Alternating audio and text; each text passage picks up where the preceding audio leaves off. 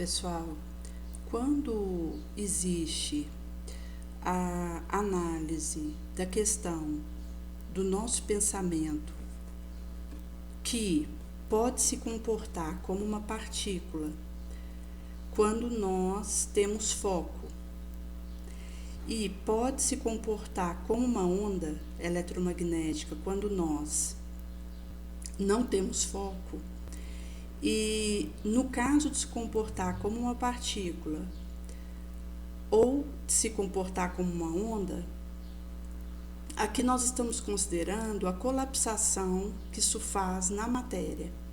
Então, se comportar como uma partícula, vai colapsar a matéria de uma forma. Se comportar como uma onda eletromagnética, vai colapsar a matéria de outra maneira. E é curioso porque, como isso não vai ser trago para nós em mecanismos da mediunidade, nós temos aí uma definição para o que seja uma onda, e poderia ser determinada como uma ressurreição de energia, por via do qual o particular elemento que a estabelece ou a veicula a fará acontecer. E quando nós consideramos a natureza das ondas, não vai existir qualquer diferença nesse aspecto, mas sim na frequência, considerando aí o modo em que elas se exprimam.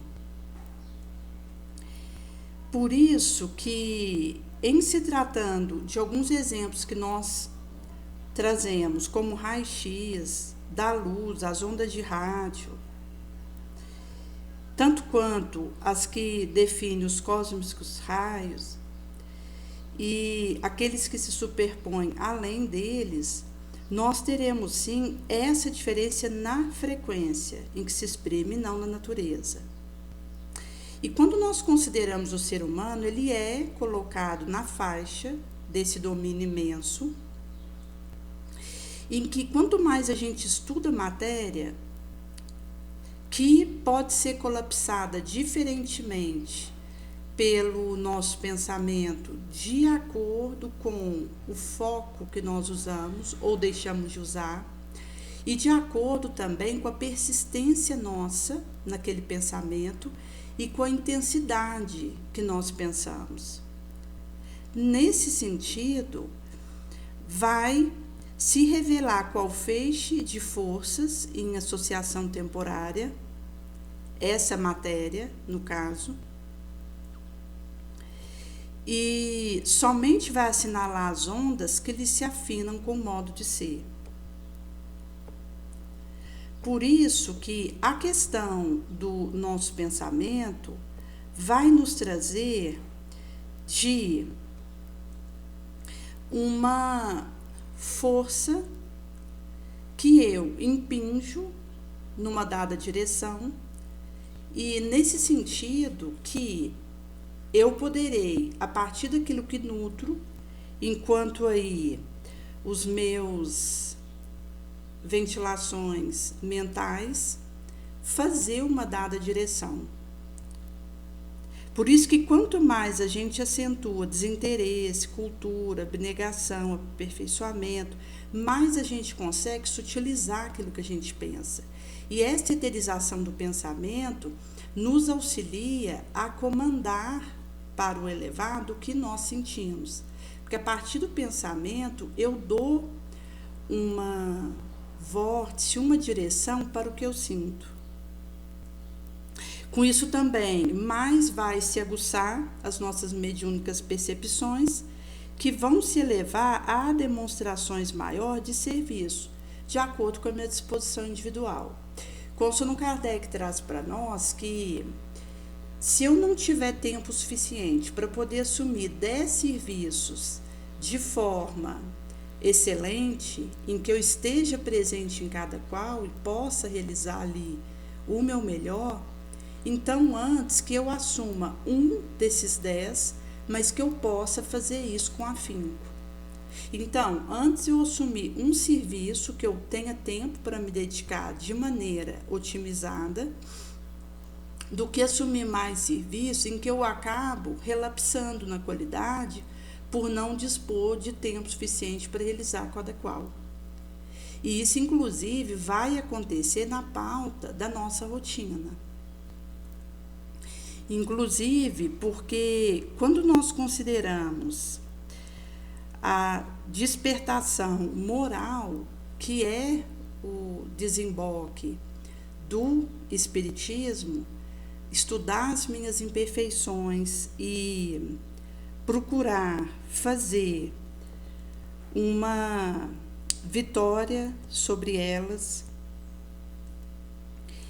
Isso tem a ver com esse disposição interna onde eu analiso a minha imperfeição, me desembaraço dela e me elevo acima de mim mesma. Por isso que o objetivo meu não é me elevar acima de outrem, mas me elevando sobre mim mesma, vencer a minha imperfeição, a minha vulnerabilidade. E nesse sentido que o homem que está imbuído desse processo, ele não se irrita com uma injustiça cometida na sua direção, porque ele está focado em fazer esse aproveitamento para que consiga ter disposições de serviço mais elaboradas, entregar mais em menos tempo naquilo que ele se propõe. E isso implica um aproveitamento cauteloso do tempo, para que nós possamos aí, de forma consciente, realizar esse processo. Por isso que, quando, por exemplo, nós queremos analisar de um pensamento que nos ocorra, para fazermos esse enfrentamento, nos perguntemos se isso poderia ser tornado público sem inconveniente, sem fazer mal a outrem. Se a nossa consciência nos autoriza, porque percebe que esse pensamento, mesmo que se viesse a público, não prejudicaria quem quer que fosse, então é um pensamento bom. Porque o primeiro controle vai ser de fato da nossa razão, ao qual a gente tem que submeter, sem exceção, tudo. Considerando aí o que vem dos espíritos e aquilo que nos ocorre. Porque existem tantos pensamentos que vão ser meus, mas muitos outros que vão ser de outros espíritos, encarnados, desencarnados, até porque nós estamos falando de uma comunicação que é constante e que se movimenta enquanto considerando aqui o nosso orbe. Porque nós estamos aí, apesar de ser um mundo de prova e de expiação, em franca transição planetária, e eu posso já viver a regeneração nesse momento na Terra. Então, mesmo a gente sabendo que muitos ainda estão na faixa da expiação e da prova, considerando a expiação nesse cômputo, e que a transição francamente acontece, eu posso escolher já viver a regeneração dentro de mim, até porque eu não posso esperar pelo outro na marcha de sacrifício e de engrandecimento. É algo que eu tomo a minha charrua moral e faço acontecer a elevação que precise alcançar. E Conso não vai ser trago para nós, gente, em obras póstumas, em que Kardec ele nos traz alguns sinais desse momento importante que nós estamos vivendo, porque geralmente um espírito que começa o seu carreiro de reencarnação, naturalmente que ele vai passar pelo mundo primitivo e depois ele vai ser colocado num mundo de prova e expiação, como a Terra é. E a tendência é que esse espírito desencarne e reencarne várias vezes, porque centenas de reencarnações às vezes não é o suficiente para o espírito adquirir alguma inteligência mais apurada, consequentemente um livre-arbítrio mais elaborado, com a sua responsabilidade correlata. Então, às vezes, eu preciso reencarnar centenas e centenas de vezes, chegando às vezes até aí na casa do milênio, de número de vezes que eu preciso entrar e sair de um corpo de carne para que eu possa beirar esse estado de coisa um pouco mais elaborado, enquanto nossa responsabilidade, nosso raciocínio e, consequentemente, a urgência da moralidade caminhar junto, enquanto um trabalho que eu vou precisar talhar.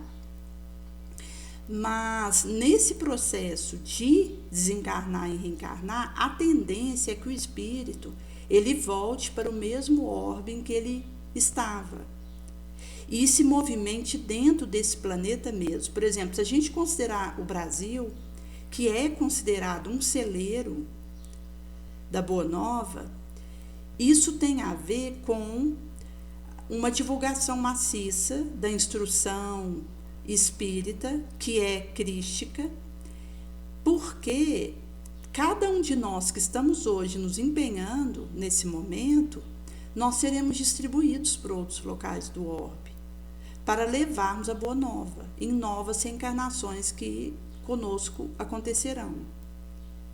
Por isso que quando a gente fala de distribuir o que nós estamos bebendo de instrução aqui, inclusive de moralização, isso não diz respeito apenas à doutrina espírita, mas na área da filosofia, da ciência, das artes, em que o indivíduo, às vezes mesmo que ele seja ateu, mas ele faz o bem de tal forma que ele tem uma confiança de Jesus na sua direção, e inclusive vai ser levado numa outra reencarnação para um outro local do orbe, que não o Brasil, onde ele poderá distribuir aquilo que ele amealhou e já conquistou moralmente. Nesse sentido que essa andança nossa por diversos locais do orbe Terra, em reencarnações sucessivas, isso é uma tendência. Até que eu, depois de várias reencarnações na Terra, atinja um certo grau de adiantamento moral que me permita ir para um planeta mais evoluído. Ou pode acontecer de, por uma queda que o indivíduo venha a fazer e ainda está empedernido no mal, e várias reencarnações na Terra não despertam moralmente para aprimoramento moral, ele ser degradado.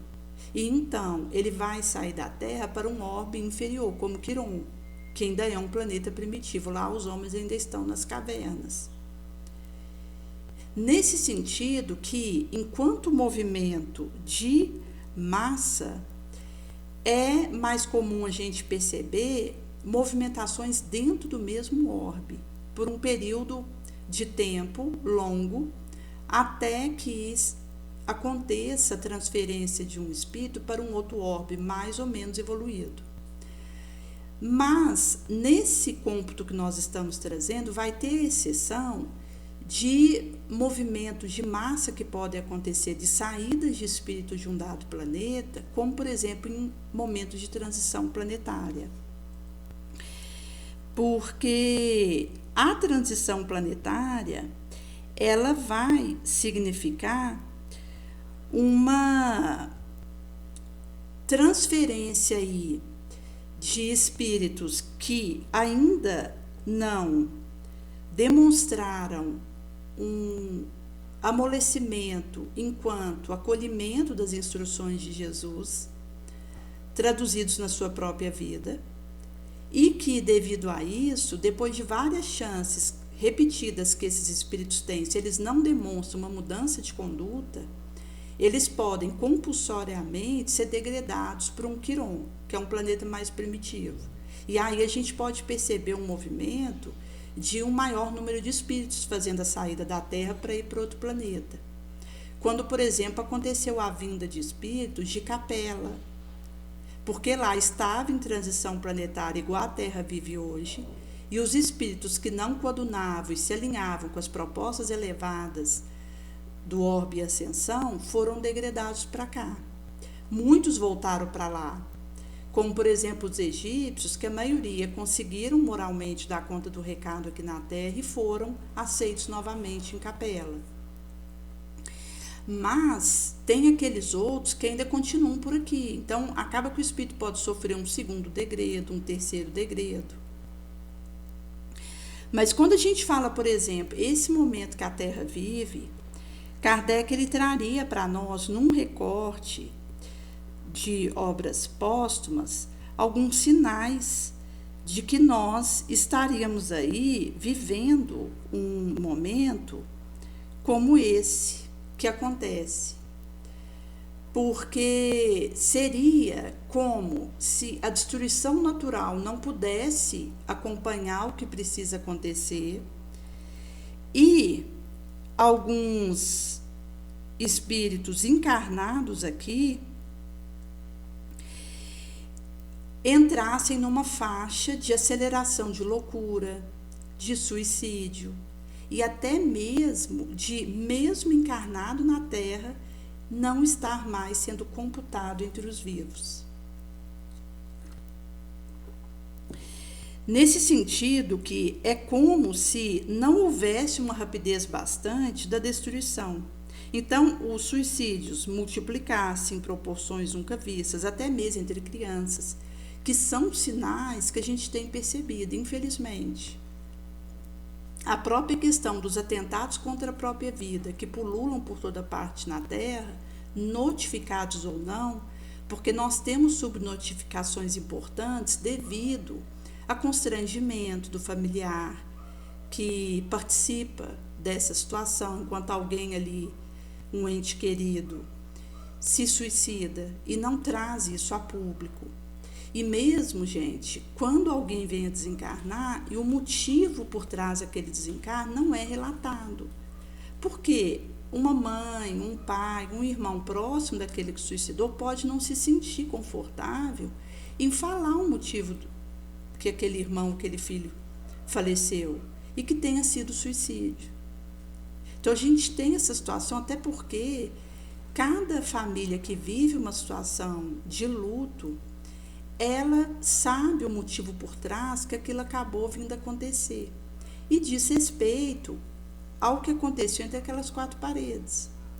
Mas quando a gente fala em registros que são feitos com os dados disponíveis, isso traz para nós casos que têm acontecido entre crianças de autoextermínio e por todo o planeta a gente tem visto esses adoecimentos das automutilações, os autoferimentos, até mesmo quando a gente considera os estilos de vida que nós estamos imersos e que positivamente nos adoecem, nos enlouquecem. E quando a gente fala, por exemplo, da loucura, isso está atingindo patamares, recordes. E nesse sentido que Kardec traz aqui, que até mesmo antes de vir a desencarnar, muitos indivíduos estão riscados do número dos vivos pela inaptidão mental. E nesse sentido que mostra para nós sinais dos tempos, que está se fazendo cumprir pelo encadeamento dos ocorrimentos, sem que haja derrogação das leis naturais. Por isso que nós, de fato, vivemos, nesse momento, a gravidade da transição planetária, onde, sabedores de que não desejamos ser degradados, porque ninguém vai querer ser degradado num momento como esse, a gente precisa empenhar todos os nossos esforços para a nossa melhora moral. Porque acaba que o Espiritismo, ele tem esse objetivo primacial, nos ajudar a vencer as nossas más inclinações, os nossos pendores sombrios. Porque quando a gente fala, por exemplo, de espíritos que se ascenderam e estão hoje como espíritos puros, perfeitos, a gente tem aí coletividades desses espíritos que são unidos, porque o que traz desunião são as nossas imperfeições.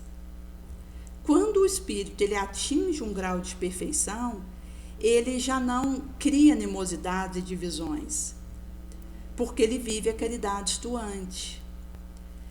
Nesse sentido que, chegado nesse ponto, essas coletividades de espíritos perfeitos são unidos, mas sem perder a individualidade de cada qual.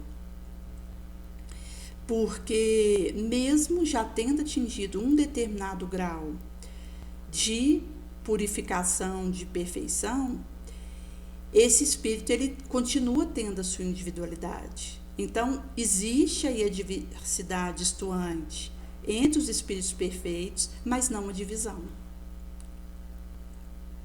Nesse sentido que o Espiritismo ele vem nos despertar não como o único caminho, porque conforme Kardec traz, não há salvação fora da caridade e não fora da igreja, porque se eu digo que não há salvação fora da igreja, eu estou dizendo que uma igreja é necessário para que o indivíduo se salve. Isso não é verdade, porque às vezes um ateu, alguém que não frequenta um templo religioso ou uma casa espírita, ele faz o bem, ele vive a caridade como Jesus nos apregoa.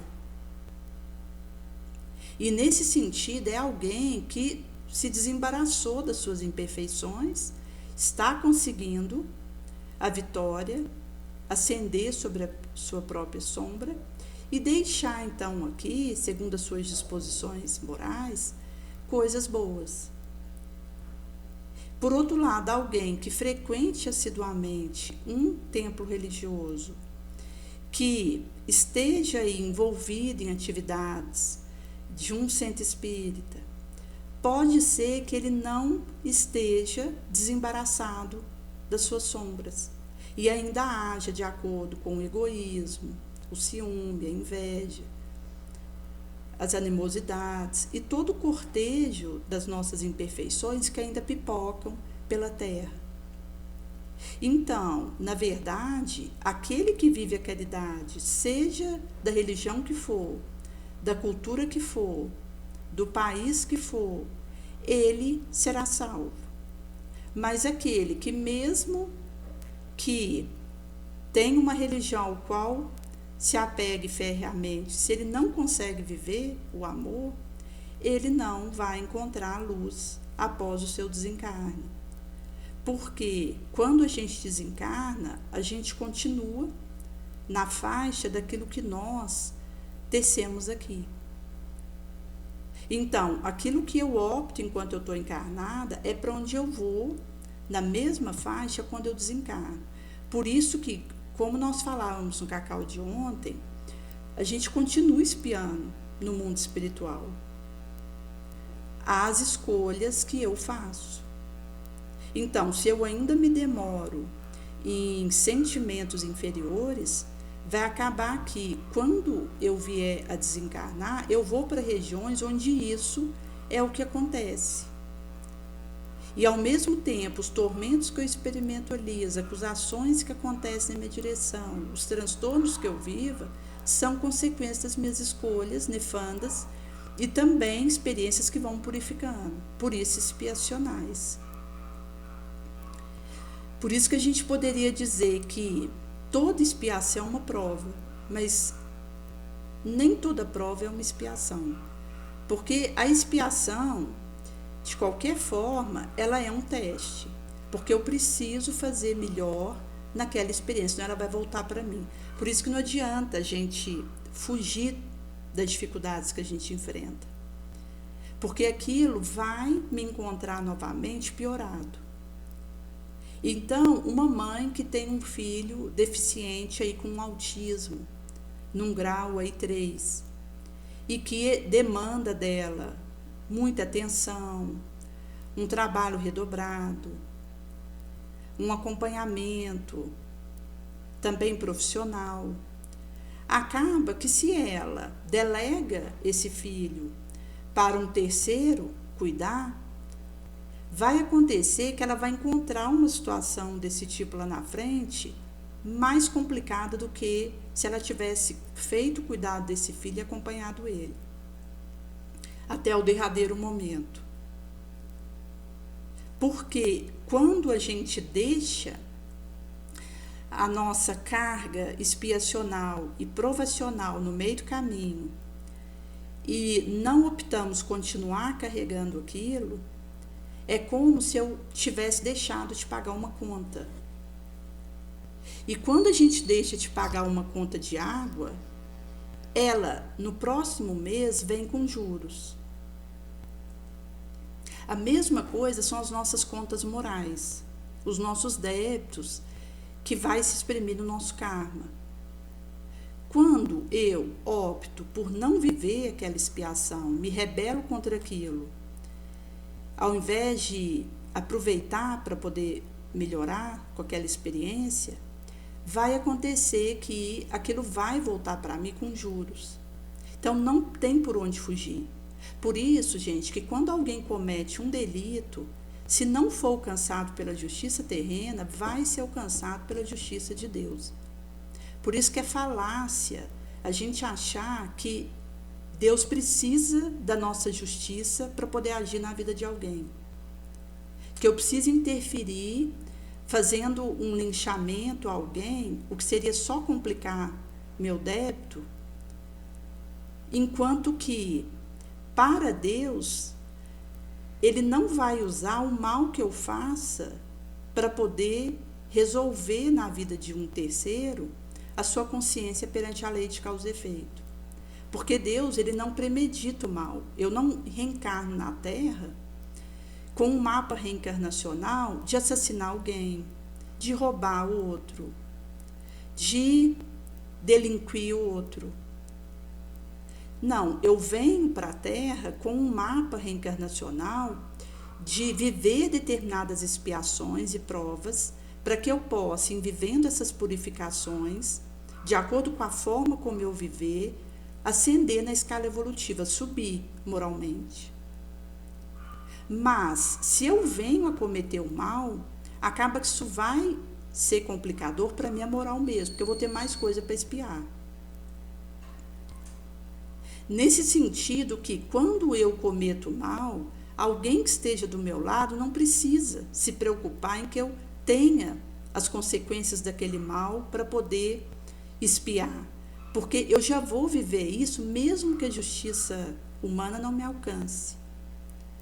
Porque a justiça de Deus impressa na minha consciência, na lei de causa e efeito, vai devolver aquilo para mim, seja dentro de um presídio ou não, seja atado a um poste ou não, seja por transtornos mentais ou não. De alguma forma eu vou precisar encontrar o resultado do delito que cometi, para em contato com esses sofrimentos, da maneira como eu viver isso, possa então me redimir e reparar perante a lei de causa e efeito.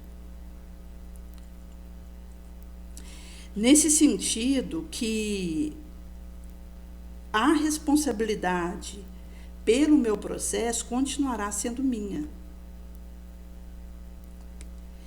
E é por esse motivo que o espiritualismo, ele é esse movimento que nos faz este despertamento.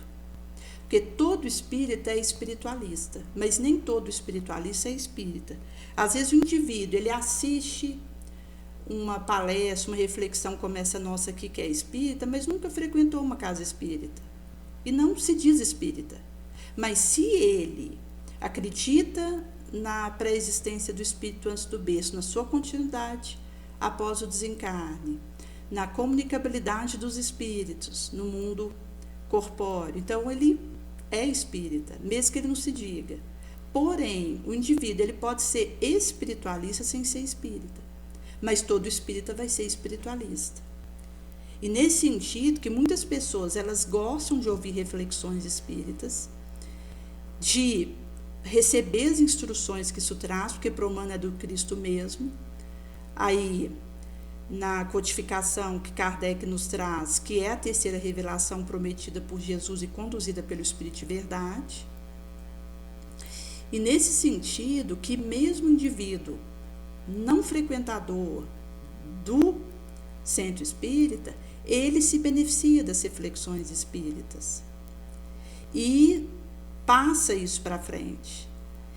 Inclusive, é uma semente ali jogada pela doutrina espírita para que quando esse indivíduo nascer num outro planeta, agora considerando inclusive um outro país do próprio orbe, ele leve isso. Quando a gente considera, por exemplo, dentro da Terra mesmo, o indivíduo ir para um outro local da Terra onde não é o cristianismo que prevalece ali, como, por exemplo, o budismo, em que não é cristão, mas o indivíduo leva essa semente e ali ele vai levar o contributo dele daquilo que ele pôde amealhar no contato com a doutrina espírita, mesmo sem ter sido espírita. Então, nesse sentido que,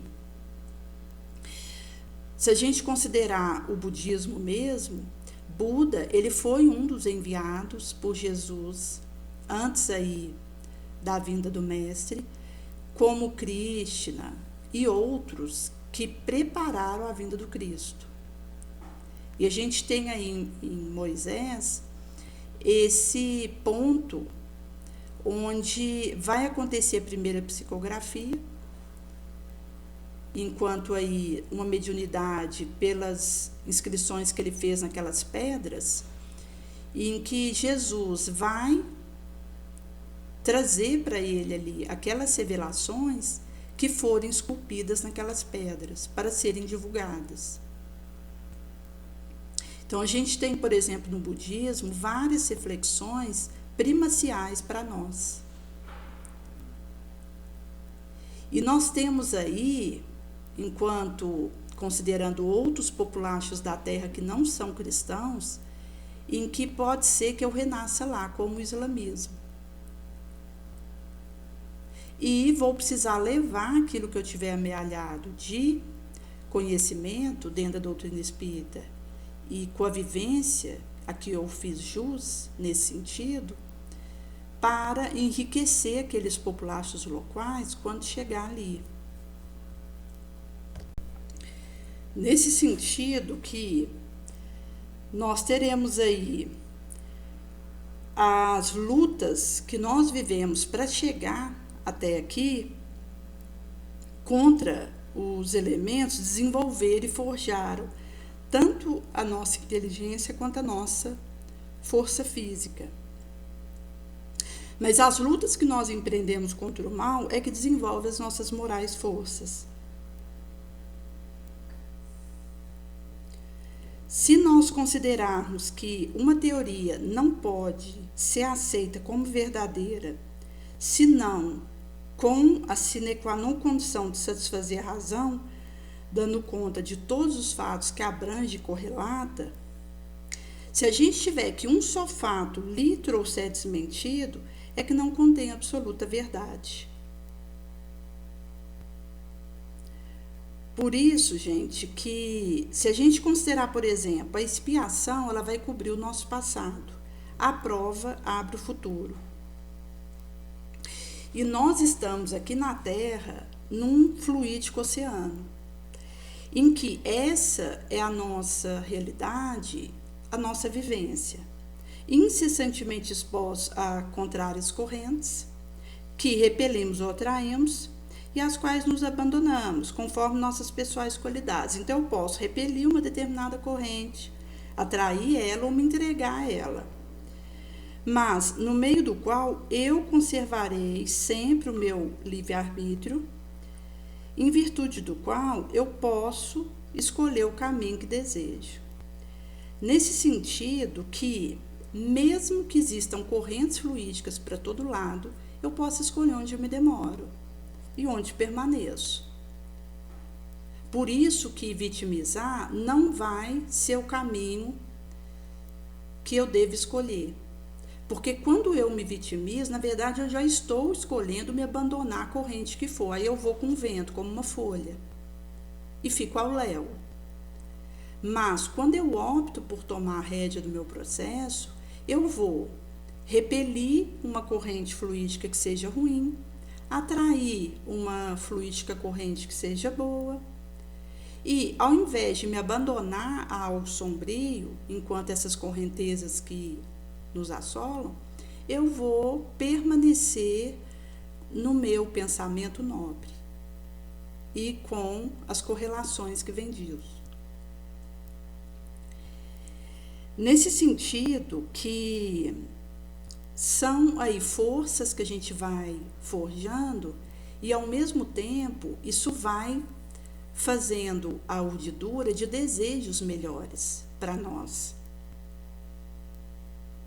Porque se a gente considerar, por exemplo, a monoideia, que é a ideia fixa, ela é a exclusiva lembrança de uma impressão.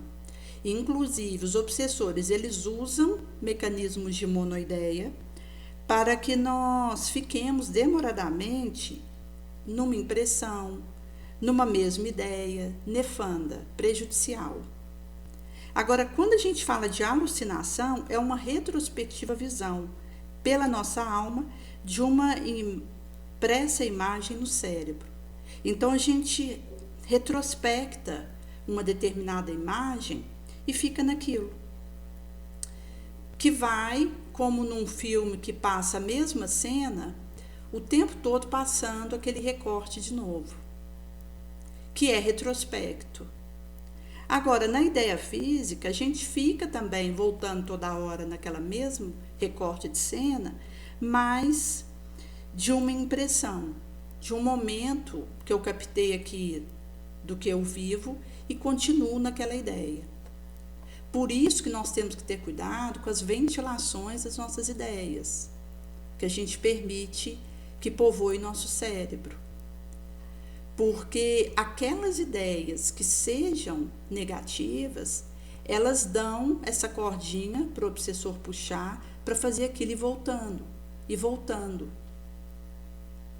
Então, nesse sentido, eu posso, de uma ideia negativa que eu tive e deixei ela acontecer, dar essa ponta de corda para o obsessor, que então torna isso uma monoideia.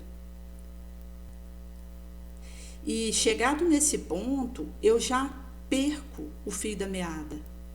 E aí eu posso, revivendo essa ideia má, isso acabar já aí se concretizando enquanto imagens que eu estou emitindo. E daí para uma ação concreta é um pulo. Por outro lado, da mesma forma, quando a gente sabe que trazemos débitos e todos nós temos um passado triste, mais ou menos distante, considerando aí espíritos devedores que somos por estarmos num orbe de prova e expiação, porque se a gente não devesse perante a lei de causa e efeito, a gente não estava aqui. A gente estava em mundos regenerados, divinos, felizes. Sabendo, inclusive, aí que quando a gente pega a escala dos mundos, que a gente tem o mundo primitivo, o mundo de prova e expiação, depois o mundo de regeneração, mundo regenerado, mundo feliz, e vai gradando, chega no mundo divino, que é inabordável para nós, o tributo desses orbes. Mas a evolução ela é constante. A gente não consegue divisar o fim dessa escada, até para a nossa pequenez, o estágio que a gente está. Porque, mesmo a gente considerando aí Jesus, ele continua evoluindo. Tem espíritos acima de Jesus, na arcanitude. E quanto mais um orbe ele é desenvolvido, o governador desse orbe mais desenvolvido também vai ser. Então a gente tem, por exemplo, enquanto a Terra é um orbe de prova e expiação, Jesus é o Cristo planetário nosso, que é um espírito de envergadura crística. Mas a gente tem, por exemplo, o arcanjo São Gabriel, que especula-se que é o Cristo do sistema solar. Então a gente vai ter o Cristo da galáxia Via Láctea, a gente vai ter o Cristo do nosso universo, mas existem outros universos, até porque o universo é a expressão da consciência cósmica. O universo é uma parte. Existem uns além-universos que nós não abordamos, porque o universo é a expressão da consciência do Criador, de Deus. Por isso que a gente sabe que são representações inabordáveis para nós, mas é preciso que nós compreendamos a nossa pequenez nesse processo, para que nós ajuizemos essa questão de que, enquanto num planeta de prova e expiação igual à Terra, nós temos ainda muitos débitos e um passado triste, mais ou menos distante. Nesse sentido que, se eu me entrego inerme a lembranças infelizes, a desejos sombrios, a especulações de sentimentos de ciúme, de vingança, de inveja, de maledicência, acaba que eu estou contribuindo para que eu reviva situações tristes da minha trajetória. E, chegado nesse ponto, eu posso cair em subjugação, em fascinação e ter quadros alucinatórios, paranoicos, que são retrospectivos, de imagens que eu trago impressa em mim do meu pregresso.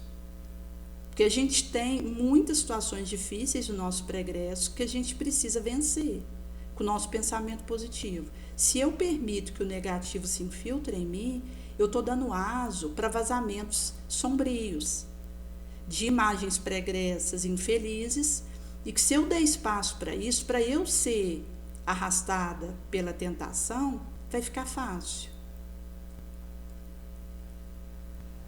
Inclusive porque a tentação ela acaba que forma fios sinergizadores com aquilo que eu emito. Então, a partir daquilo que eu nutro e que eu vaso, transbordo para o meu entorno, a tentação vai ter mais força sobre mim. Por outro lado, se eu nutro elementos positivos e elevados da benevolência, da clemência, da caridade, da compaixão, acaba que a tentação vai perdendo força sobre mim. E aí, ao mesmo tempo que ela vai perdendo essa força e sinergização sobre mim, ela vai então se afastando. Mesmo que eu ainda seja tentada, obsedada, isso já não vai ter a mesma repercussão sobre mim. A partir aí do meu perispírito que se ressente dessas ações. Como uma moça que ela tinha cometido um aborto e ela relatava que de vez em quando ela experimentava umas mãos tentando enforcar ela. E ela tinha o pressentimento que tinha ligação com o espírito que a tinha abortado. E ela dizia que naquele momento que ela percebia aquelas mãos ali enforcando, ela entrava em pânico, numa desesperação importante, mas à medida que ela começou a rezar por esse espírito, a emitir para ele boas vibrações e a procurar cuidar da sua casa mental para que não houvesse na sua nascente mental sentimentos sombrios, que ela foi limpando o seu terreno mental e elevando o seu pensamento, ela diz que mesmo que ela ainda experimentasse aquelas mãos espirituais tentando enforcar ela, ela já não desesperava como antes. As crises de pânico, mesmo que acontecesse, eram mais curtas, passavam mais rápido. Ela conseguia se recompor com mais otimização. Então, acaba que até mesmo esse comando que a gente faz de nós mesmos passa pela nossa persistência no bem. Porque se fosse entregue para mim resultados bons sem o meu esforço, isso significaria que não precisa da minha participação para que eu viva coisas boas. E Deus não trabalha assim porque Ele quer que nós, por mérito próprio, conquistemos a elevação.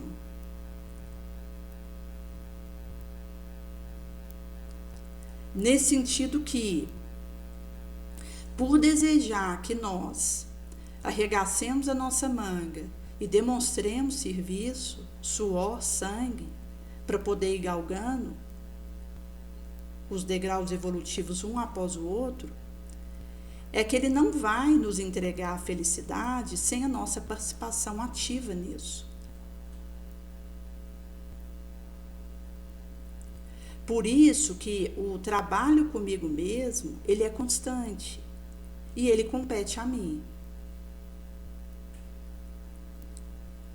Inclusive, quando a gente fala de pausas que eu preciso ter na minha autoabordagem, para ter um momento para mim, me conhecer, procurar formas de fazer associativos, reflexivos, correlatos. Porque acaba que muitas das reflexões que nós fazemos, elas precisam ser confrontadas umas com as outras, para que nós tenhamos novas abstrações. Então, nunca existe uma unilateralidade. Sempre são diferentes ângulos que eu preciso saber confrontar. Enquanto aí os aprendizados que essa confrontação e essa análise vão me trazer. Que traz aí o bom senso, o equilíbrio e também a leitura dos pontos que estejam obscuros, obnubilados na minha vida. Porque o indivíduo que ele não tem pausas de refazimento para se autoanalisar, para limpar seu campo interno, para fazer escolhas melhores, diariamente, chega um ponto que ele fica intratável. Então, quando a gente pega uma pessoa que está facilmente irritadiça, que não consegue lidar com paciência com o mundo à sua volta, com resiliência, é porque esse indivíduo está saturado de uma série de entulhos que ele não está sabendo lidar, se autoabordar.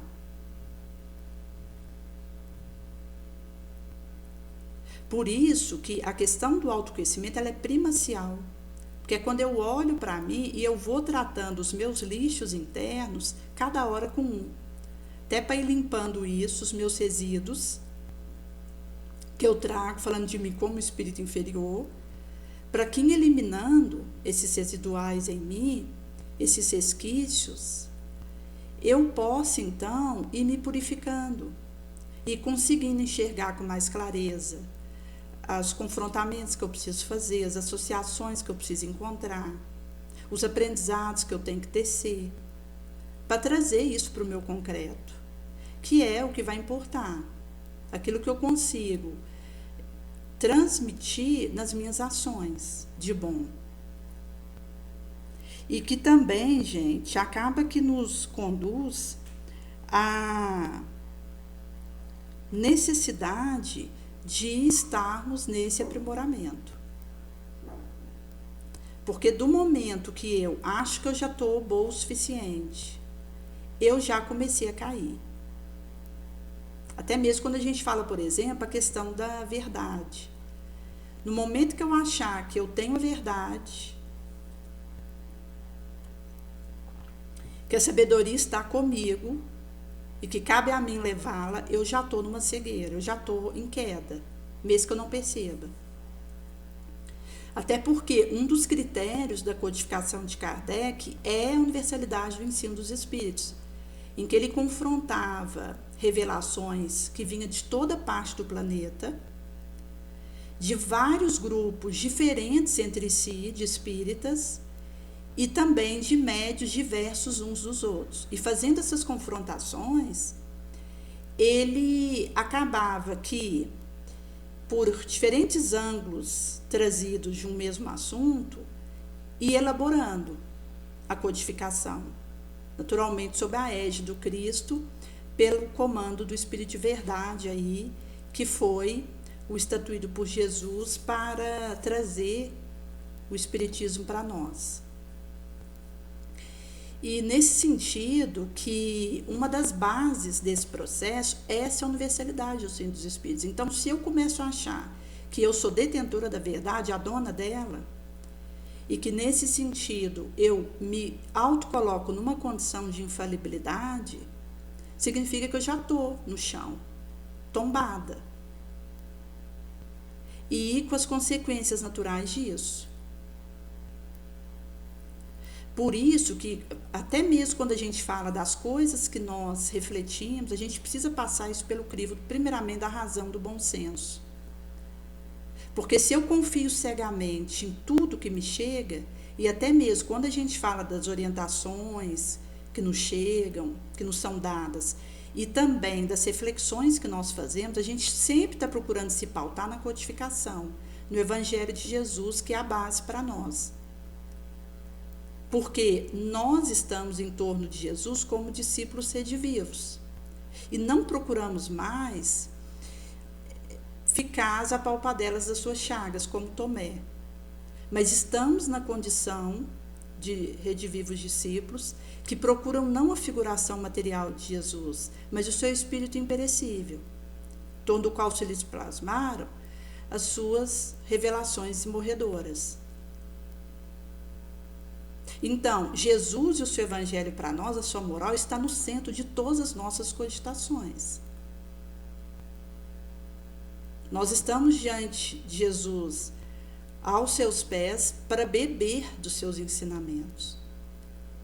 Nesse sentido que, enquanto aí aprendizes de Jesus, eu estou sujeita a erro, a equivocamentos. E como Kardec traz para nós, antes eu rejeitar 20 verdades, se eu supuser que tem uma mentira ali no meio, porque a verdade naturalmente ela acaba se impondo por ser poderosa, libertadora, do que eu aceitar uma única mentira, porque a mentira é corrosiva, ela danifica, deteriora.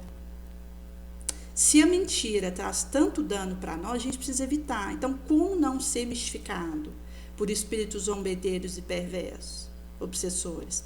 Como não ser enganada? Trazendo uma revelação que na verdade é mentirosa e que é entregue para nós como verdadeira. O que vai ser possível fazer isso? Primeiramente, a nossa moral. Porque na medida que eu sou humilde e procuro aprender, os bons espíritos, eles se conectam comigo e me ajudam a enxergar a verdade que vem do Cristo. Mas se eu considero que eu já sei tudo e que nesse caso eu não preciso mais aprender, então os bons espíritos me deixam entregue a mim mesma. E aí nessa cegueira lastimável eu caio em subjugação, fascinação, passo a falar coisas ridículas, fazer coisas ridículas, escandalosas, esdrúxulas, não percebo. E, inclusive, quando chega nesse estado de fascinação, é muito difícil para poder tratar. Às vezes o indivíduo desencarna nesse estado, pela gravidade, em que a gente pode cair nesse ponto.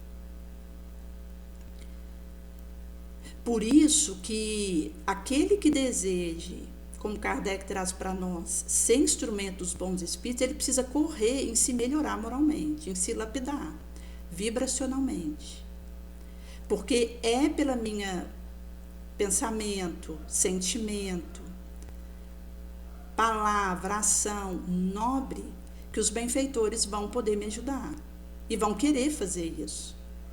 Porque se um benfeitor percebe que eu me basto por mim mesma, mesmo que ele queira me ajudar, ele não vai ter espaço para me criticar, para me orientar, para me alertar. Por isso, gente, que é tão perigoso comercializar com a mediunidade. Porque o indivíduo que usa um dom mediúnico que ele tem para ganhar dinheiro com aquilo, evidência, status, ele vai estar entrando em ação com espíritos interesseiros, como ele está. E que vão fazer ele ganhar dinheiro à custa de mentiras.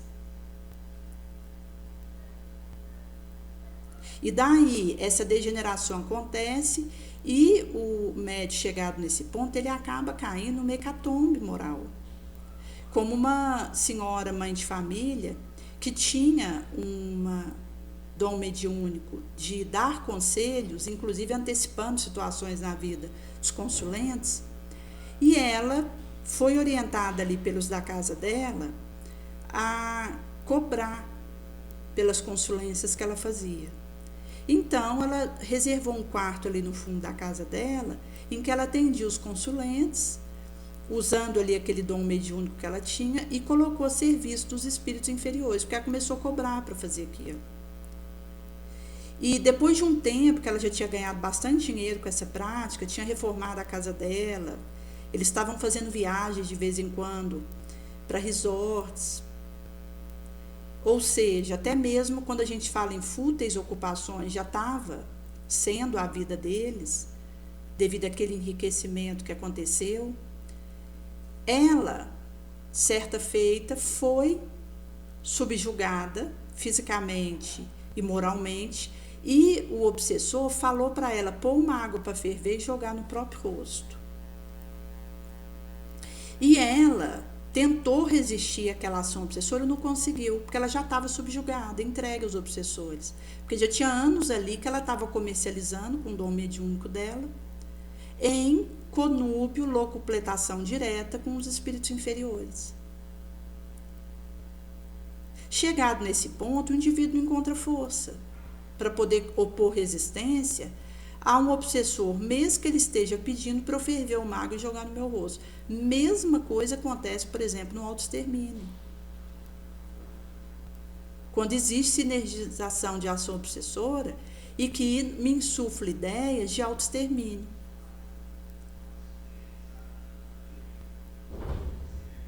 Daí, ela pôs aquela água para ferver, jogou no rosto, que pegou a parte do lado do rosto dela na bochecha, queimou, ela precisou fazer várias cirurgias reconstrutivas dessa região, e no subsequente, o obsessor vira e fala para ela que era para ela pegar uma tesoura e apunhalar o coração da filha. Foi quando ela desesperou de vez.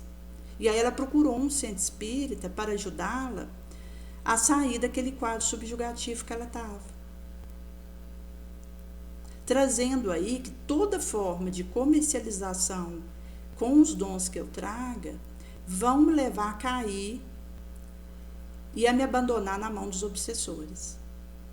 Até porque quando a gente fala orientação expressa de Jesus para nós, vai dizer que é para nós darmos de graça aquilo que de graça nós houvermos recebido.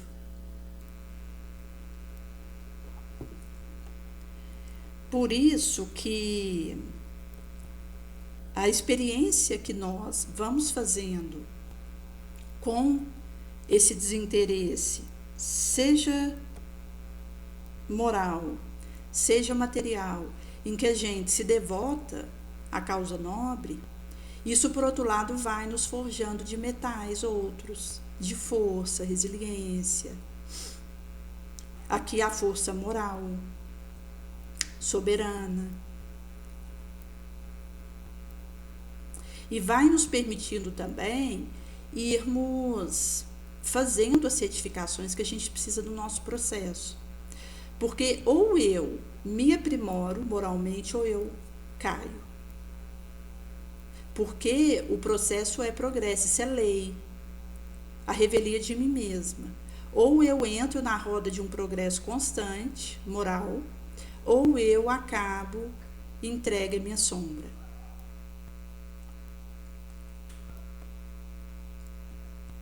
Consono vai ser trago para nós, num recorte do Novo Testamento, parábola da pérola do tesouro, Jesus vai trazer que o reino dos céus, ele se assemelha a um escondido tesouro.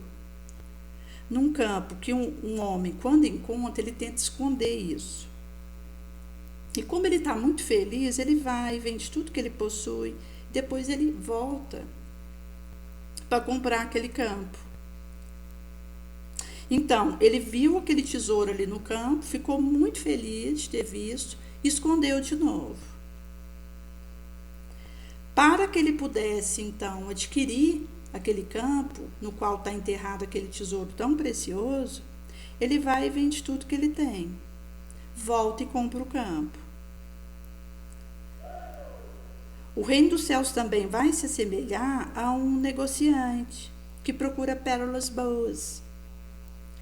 Encontrando uma pérola preciosa muito, ele parte, vende tudo quanto ele possui e compra essa pérola. A gente sabe que é uma pedraria produzida aí por um molusco que vai no fundo do mar fazer aí por muito tempo a elaboração dessa pérola, e com isso vai acontecer que depois que isso está produzido, é retirado ali daquele molusco e vai ser comercializado.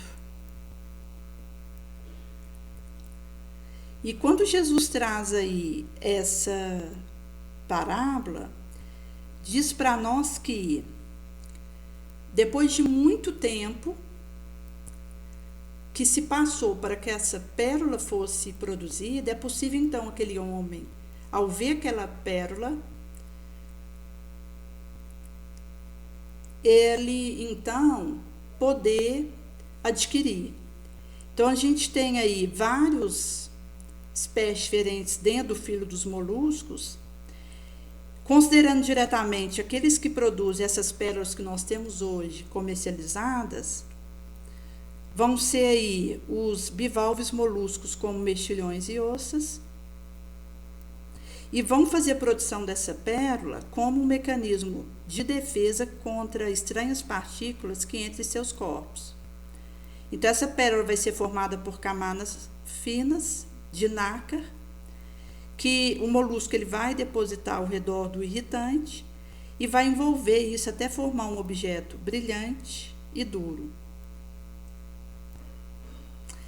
Por isso que quando Jesus traz para nós que esse negociante está procurando uma pérola boa, porque vai ter pérola e pérola, ele encontra uma muito preciosa, que para ele se destaca. Tudo que ele possuía, ele vai, vende para poder comprá-la. Trazendo aí que a obra da minha moralização, ela é demorada. E cada passo bem dado vai me ajudar a dar um outro melhor ainda. Nesse sentido que, quando eu desperto para essa urgência, todo o resto se torna secundário. Porque eu vou fazer a focação do meu esforço nesse propósito, que é o objetivo do Espiritismo, a minha transformação moral. Por isso nós somos chamados a extrair da doutrina espírita tudo que ela possa nos auxiliar nesse intento, nesse desiderato. Se a gente considerar, por exemplo, esse homem que encontra esse tesouro e volta a esconder, ou seja, a preocupação dele em não perder isso. E aqui nós estamos falando de uma coisa enquanto material, terrena. Imagina quando eu desperto para os meus valores morais, para a minha destinação, o desejo que eu tenho de conquistar essa vitória verdadeira, que é a vitória sobre mim mesma. Porque vencer os outros é fácil. Difícil é vencer a mim mesma. E é essa vitória sobre mim mesma que eu preciso acontecer. É essa estratégia, esse tino moral, em que eu me apresento no espaço vitoriosa sobre mim mesma. Então, isso é um contributo que eu estou dando de modo próprio, livremente, para ascender para um orbe superior. E mesmo que eu esteja, como nós faláramos no início, ainda num orbe de prova e de expiação, eu posso já começar a viver a regeneração, porque isso é dentro de mim. Eu não dependo que o planeta esteja vivendo regeneração para eu viver. Pode ser que todos os habitantes da Terra estejam vivendo ainda expiação, pela expiação, ainda naquela fase mais grosseira de purificação, eu posso já adentrar o mundo de regeneração, com os meus passos bem dados, enfrentando bem as expiações que ainda precisarem me alcançar e ao mesmo tempo conseguindo subir evolutivamente, mesmo ainda estando na Terra. Mas, quando a gente considera a Terra, a gente tem muitos espíritos fazendo bem, muitas almas caridosas levando consolo. Em várias religiões diferentes, em várias culturas, climas, grupos, muita gente fazendo bem. Mesmo assim, a gente sabe que na Terra ainda tem muitos populares que se demoram na perversidade e, inclusive, quando a gente considera as situações de confrontos que ainda acontecem e a dificuldade que ainda nós temos com o perdão. Porque acaba que quando essas vibrações elas estão disseminadas entre nós, eu posso, em meio a essa corrente fluídica nefanda, levantar a bandeira da pacificação, da serenidade, do devotamento. Por isso que reconhecer essa premissa vai nos dando condição de fazermos essa subida. Porque a eficiência daquilo que realizarmos não vai ter apenas na facilidade das comunicações, mas sobretudo na natureza daquilo que a gente diz, daquilo que a gente faz. Não é tanto o fazer pelo fazer enquanto uma facilidade, um desembaraço, mas aquilo que eu estou levando, aquilo que eu estou despertando no outro, aquilo de bom que eu estou deixando por onde passo. Porque um médium bom, ele vai simpatizar com os bons espíritos e vai receber apenas comunicações boas. Como isso não vai ser trago para nós na Revista Espírita, de 1859. Todos nós temos um familiar espírito que a nós vai se ligar desde o nascimento, que nos aconselha, que nos guia, que nos protege, que é sempre um espírito bom. E quando nós consideramos aí de todas as nossas imperfeições morais, aqui nos confere a maior vulnerabilidade aos imperfeitos espíritos, que mais nos coloca na mão deles é o orgulho. Porque o orgulho, ele é um dos defeitos que nós estamos menos dispostos a confessar a nós próprios e menos ainda a outrem, porque os outros não acreditariam.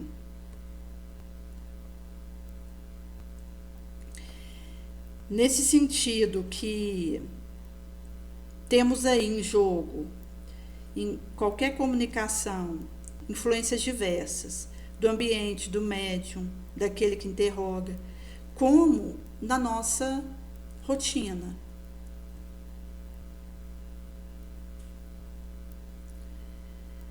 Por isso que o mérito, ele não vai estar na posse da faculdade mediatriz que eu traga, que a todos pode ser dada, mas é no uso que eu faço disso.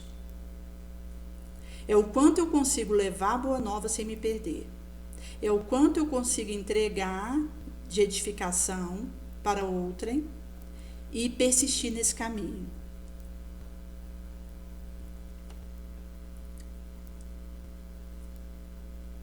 Nesse sentido que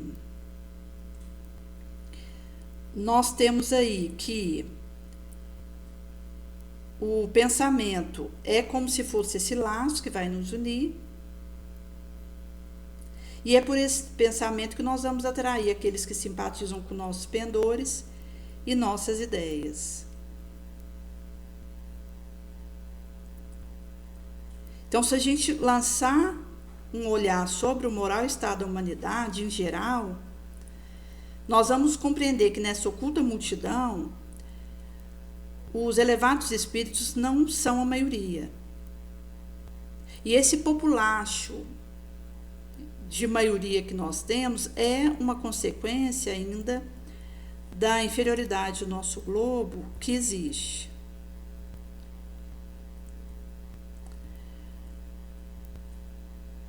Por isso, gente, que nós, enquanto aí essa proposta que nos é dada, estamos sendo espreitados. E nesse sentido que, se eu tenho aí essa consciência desse risco, vai acontecer que precisarei de talhar uma vigilância e, de fato, nessa disposição para fazer violência a mim mesma, porque consoante Jesus já houvera dito para nós que o céu ele só vai ser conquistado com esforço.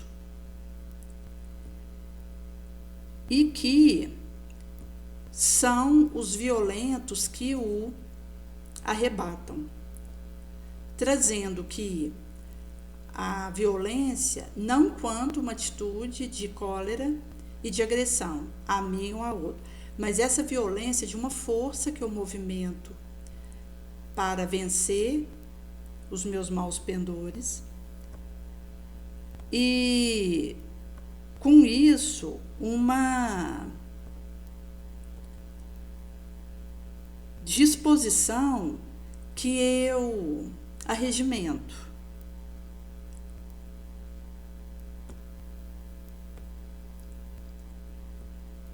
E chegado nesse ponto, Jesus já houvera dito para nós que nós precisamos seguir aqui na Terra vigiando e orando. Enquanto aí o refúgio da prece, onde através disso nós poderemos abeberar das bênçãos que são derramadas na nossa direção, mas aquela prece que é consequência do meu trabalho moral, das movimentações internas que eu faço na direção nobre. E nesse sentido que essa doutrina bendita, ela não se esgota, porque é a comunicação do além na nossa direção. A gente pode queimar livro, mas não queimamos e eliminamos ideias. Pelo contrário, as chamas das fogueiras as superexcitam, ao invés de as silenciar, as abafar. Conforme Kardec traz para nós na Revista Espírita de 1861. As ideias estão no ar. Não vai haver bastante Alto Pirineu para as deter. Quando você tem uma ideia generosa, grande, encontra pulmões aos milhares para aspirá-la. Então, as cinzas da fogueira só as fazem frutificar. Nesse sentido, o contragolpe acontece per si, da divulgação da doutrina espírita e das bênçãos que ele esparge.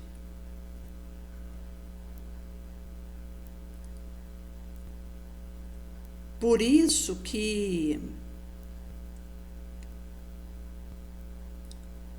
nós temos aí essa bênção que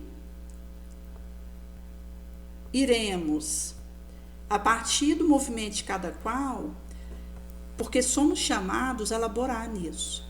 Então, as revelações elas chegam E o trabalho de fazer as confrontações, as associações, os novos aprendizados que Jesus deseja nos trazer, para inclusive, depois das aferições que precisam acontecer, a gente poder ir avançando no recebimento das instruções que nos são dadas, ele é nosso. Nós somos chamados a dar o nosso sangue, o nosso suor na divulgação da doutrina espírita.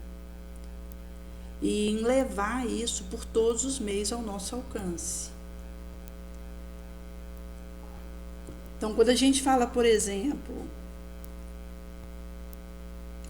da meio social, em que a gente tem a internet que divulga informações para o mundo todo em tempo real, eu posso, gravando esse vídeo aqui, postando na rede social, o mundo inteiro tem acesso àquilo que nós estamos conversando aqui. O diferencial não é a internet, que a todos é dado, mas é o que eu realizo com isso. Usando essa velocidade de comunicação, essa rapidez de entrega de conteúdo, essa otimização. E às vezes, assim, um dado recurso, igual aqui nesse computador meu, quando eu fui tentar colocar um dos vídeos, uma réu no Instagram, ele não assimilou, ele não capta. Porque eu não tenho instalado o aplicativo, porque costuma danificar a circuitaria do notebook, então eu evitei instalar. Então eu uso na plataforma mesmo, quanto uma aba da internet. E dessa maneira, o Instagram não aceitou receber o vídeo gravado no notebook, então ao invés de fazer isso, eu passei a colocar no Story. Ou seja, formas alternativas.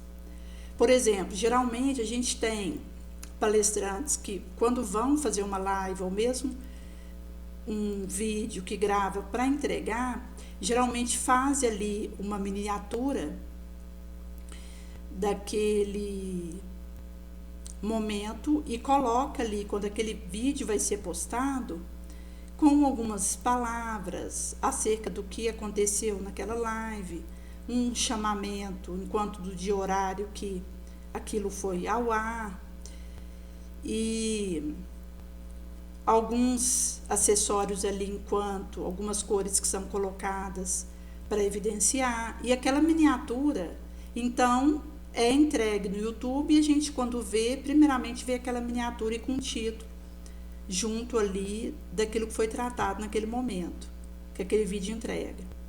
Mas nós, para poder facilitar, a gente já pega o vídeo gravado e já coloca com a imagem que o próprio YouTube pega de um dos momentos do vídeo e entrega. Então, existem, gente, aprendizados e otimizações que a gente vai fazer em tempo real e opções também, até para simplificar. Porque eu posso fazer essas miniaturas, mas eu posso, às vezes, para ganhar tempo, já entregar do jeito que o vídeo assimilou e pegou aquela apresentação e entregar, porque o que importa é o conteúdo, não é a forma, mas a essência, o fundo.